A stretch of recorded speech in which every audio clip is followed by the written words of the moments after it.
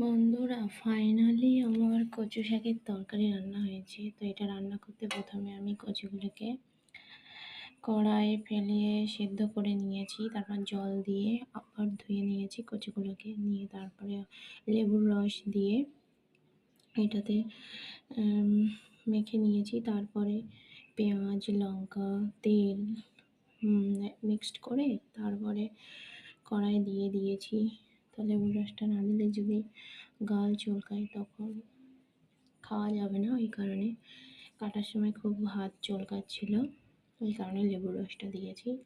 তো একদম শেষে আমি দিয়ে দিয়েছি একটু চিনি, যাতে একটু মিষ্টি লাগে। তো প্রথমে আমি পটলগুলোকে ভাজা করে নিয়েছিলাম, তোমরা দেখতে পাচ্ছ।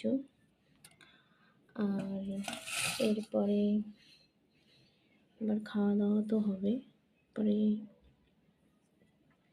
কচু শাকের তরকারিটাও নিয়ে নেব।